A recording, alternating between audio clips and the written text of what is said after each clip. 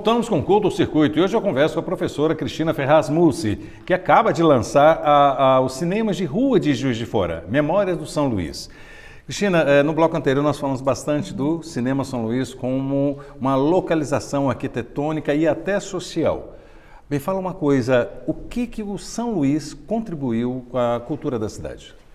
Eu acredito que o São Luís é um marco em termos de tentativas de ocupar a cidade com algo que fosse glamouroso, chique, desejável, porque a cidade teve muitos cinemas e ela tem uma tradição audiovisual que eu acho que é marcante, não só porque a primeira exibição de cinema no estado de Minas foi em Juiz de Fora, mesmo antes de se fazer alguma exibição em Belo Horizonte, como também a presença do João Carriço aqui, fazendo cinejornalismo, depois os festivais de cinema que aconteceram na cidade nos anos 60, já na gestão do prefeito Itamar Franco, o Cineclube... Na década de 60, já no início da década de 60. Quando o Itamar era prefeito. Nós tivemos 2 grandes festivais de cinema brasileiro aqui, que pelas pesquisas que nós temos, inclusive foram os primeiros festivais de cinema brasileiro com esse nome, né, com esse título, brasileiro do país,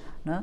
E fora isso, ainda nós temos hoje o Primeiro Plano, que é um festival, né, de referência, e nós tivemos aqui um cineclube muito importante, que foi o SEC, o Centro de Estudos Cinematográficos, de 1957 até o final da década de 70, que foi um espaço também assim genial para se discutir cinema, discutir a estética do cinema, discutir como fazer filmes, e que trazia muitos intelectuais e cineastas na cidade para darem cursos ali na antiga Galeria de Arte Celina, que ficava na Galeria Pio X, né? Era uma galeria de arte da família Bracher. Eu acho que a gente tem uma questão relativa ao Cine São Luís, foi uma escolha por conta da trajetória do Cinema São Luís, do glamour total, dos espelhos Bisotê, do Lambri, daquela área muito grande também de plateia, de som de qualidade, até chegar àquilo que você pode ter de mais baixo em termos de frequência, quer dizer, as pessoas já iam ao cinema na década de 90, início dos anos 2000, não mais para assistir filmes, mas para ter relações sexuais, né? Então, eu vejo no São Luís, assim, talvez um exemplo muito palpável. Mas é um exemplo também de decadência. É um exemplo de decadência. Uma decadência social, inclusive cultural. Eu acho que é um exemplo de decadência, algo que chama atenção para nós, bom, sem nenhum preconceito quanto ao uso dos espaços, mas chama atenção para todos nós como a cidade, né, o espaço público, ele também precisa que as pessoas trabalhem no sentido de significá-lo com algo que seja mais produtivo, mais interessante, que traga mais riqueza espiritual, intelectual para as pessoas que vivem na cidade. Porque senão nós começamos a ter os espaços ocupados só por aquilo que é mais bruto, que é mais imediato, que é mais até animalesco muitas vezes, né? Deixando de lado todo um requinte, não um requinte para se dizer, uma coisa para a classe alta, mas se você também não educa as pessoas para o cinema, não educa as pessoas para o teatro, não leva essas manifestações para aqueles que têm uma vida muito mais dura, porque estão longe, na periferia,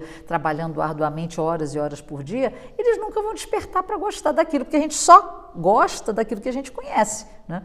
Então, o que eu sinto no São Luís é que ele mostra, talvez, um certo descaso do próprio poder público em interferir, certamente, era um cinema privado, que visava ao lucro, mas por que também a Prefeitura de Juiz de Fora, em tantas gestões, nunca tentou, de certa forma, negociar a situação? A questão da gestão pública como responsável por uma decadência cultural. Seria uma decadência cultural. Foi uma decadência cultural. Eu acredito que quando a gestão pública, ela não pode, vamos dizer, não é dela, porque ali era um cinema privado, né? Mas eu acredito que o setor público não pode se omitir a discutir certas questões com a iniciativa privada. Não seria nunca uma atividade de censura ao cinema, porque ele teve também essa vocação, ele preencheu para algumas pessoas uma lacuna na existência dessas pessoas, uma necessidade. até uma necessidade de muitas pessoas como os homossexuais, que sempre foram muito discriminados no espaço público mais aberto, transformaram o interior daquele cinema num gueto, num lugar de encontro deles, né? Então eu acho que tem que haver também um respeito às vocações dos espaços. Mas o que me chama muita atenção, principalmente agora com o fechamento do Cine Palace, né, recentemente, no mês de junho, que foi o último cinema de rua com essa característica de várias cadeiras, né, de uma tela grande, de um som com um diferencial, a ser fechado em Juiz de Fora, porque também é localizado, né, estava localizado num imóvel externamente tombado pelo município, pelo poder público, mas cujo interior pode ter outra finalidade que não a de exibição de filmes. A quem você atribui? Que Juiz de Fora é uma cidade extremamente cultural, inclusive o Carriço é daqui de Juiz de Fora, não é? Então ela tem a sua origem voltada ao cinema. Nós temos o próximo, a Cataguás, Humberto Mauro. Então nós temos essa característica cinematográfica na cidade.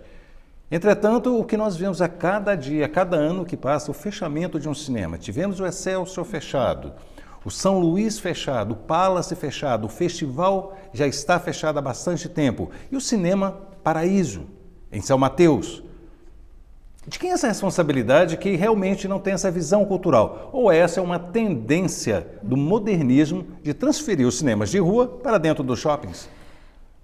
Eu vejo as duas coisas, Eduardo. Eu acho que é uma tendência mundial, que os cinemas, os imóveis nas ruas vão ficando muitas vezes muito valorizados, e aí há outros destinos. Por exemplo, você transforma num banco, transforma numa loja de departamentos. Uma igreja até? Uma igreja. O recurso que entrar, a receita para o proprietário vai ser maior.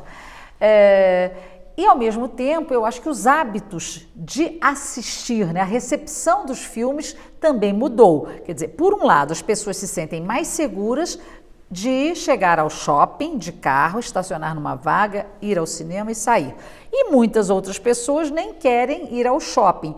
Elas ou assistem por demanda, Netflix, por exemplo, ou alugam DVDs, Blu-ray e assistem em casa porque acham mais confortável e até mais barato. Então, acho que é natural que nós tenhamos uma nova dinâmica de assistir ao audiovisual. Eu acho que isso faz parte do tempo e da evolução da tecnologia.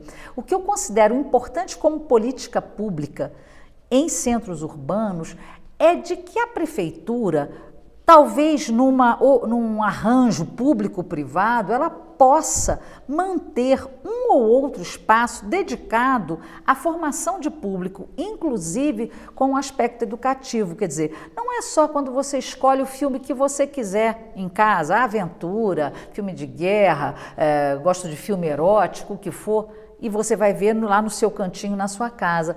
Eu acredito que tem uma função social que extrapola isso, que é de educar as pessoas para o audiovisual. E aí o cinema de rua, me parece que com tudo aquilo que ele agregava, ele também dava às pessoas a possibilidade de perceber a cidade, com seus cheiros, com as suas cores, com as suas sombras, até de uma forma tátil, né? Você ficar numa fila, você ouvir os burburinhos do centro. Essa ocupação da cidade, isso é muito importante. Porque se nós pensarmos bem, daqui a pouco é muito mais prático você fazer tudo de casa. Então, você faz suas compras pela internet, você assiste os filmes pela internet, você se relaciona... Você não sai de casa, né, Cristina? Você se relaciona com as pessoas pela internet. É mais barato você comprar uma coisa pela internet do que comprar na loja da mesma marca que ocupa um espaço real, concreto, num centro de cidade, porque os aluguéis são muito caros, tem empregado. Agora, se você não tiver uma política pública, no meu ponto de vista, sem ser apocalíptica, mas para defender a existência desses espaços onde as pessoas se encostam, se olham, conversam, eu acho que isso tudo vai morrer. É importante, a internet, as pessoas se relacionam, têm amigos no mundo inteiro, conversam nos seus grupos, tudo bem, mas eu sou uma pessoa que considero que o mais rico da natureza humana é esse encontro, que permite, inclusive, que você tenha uma tolerância maior ao outro, que você entenda mais o que o outro é. Então, Então, para isso, você tem que esbarrar com o outro em algum lugar, né? Então, os centros das cidades, eles guardam essa marca de você conviver com a alteridade. Eu acho isso fundamental para nós, como seres humanos. Isso acontece só em Juiz de Fora ou está acontecendo no resto do mundo também com essa modernização dentro dos shoppings?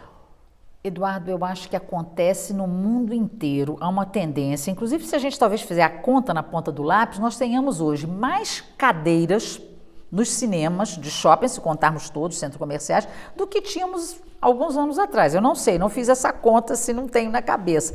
Mas, necessariamente, não há muito, assim, uma redução, me parece, do número de cadeiras disponíveis para o público. Mas a experiência de ir ao cinema, ela é totalmente diferente se você vai dentro de um centro comercial ou se você vai a um cinema de rua. Há países... como a França, por exemplo, em que você ainda tem uma certa proteção a esse cinema de rua, mesmo que seja um cinema ligado a algum grande grupo distribuidor de filmes. O que eu acho hoje muito triste para nós é que você tem uma produção audiovisual imensa, cada vez maior, com uma diversidade de títulos, e você não consegue ver isso nos cinemas, porque eles repetem sempre os mesmos títulos e filmes que já têm uma bilheteria garantida. Então, são aqueles blockbusters, né, que você só assiste aquilo. Muitas vezes você passa semanas em Juiz de Fora sem ter uma programação diferente. O Palace, por exemplo, durante um período, a prefeitura estimulou, inclusive, que o Palace, que também foi fechado, né, servisse como um espaço, não só para se levar às escolas públicas, para que as crianças se educassem a ir ao cinema, transformassem a ida ao cinema em algo desejável, mas também para você ter uma programação alternativa, que não fosse só essa hegemônica de filmes normalmente com o mesmo tipo de enredo, que não levam a uma reflexão maior, né? Nada contra entretenimento, a gente vai ao cinema para comer pipoca também, para rir muito, para ver uma boa comédia, um filme água com açúcar, mas a experiência cinematográfica ela pode ir muito além disso.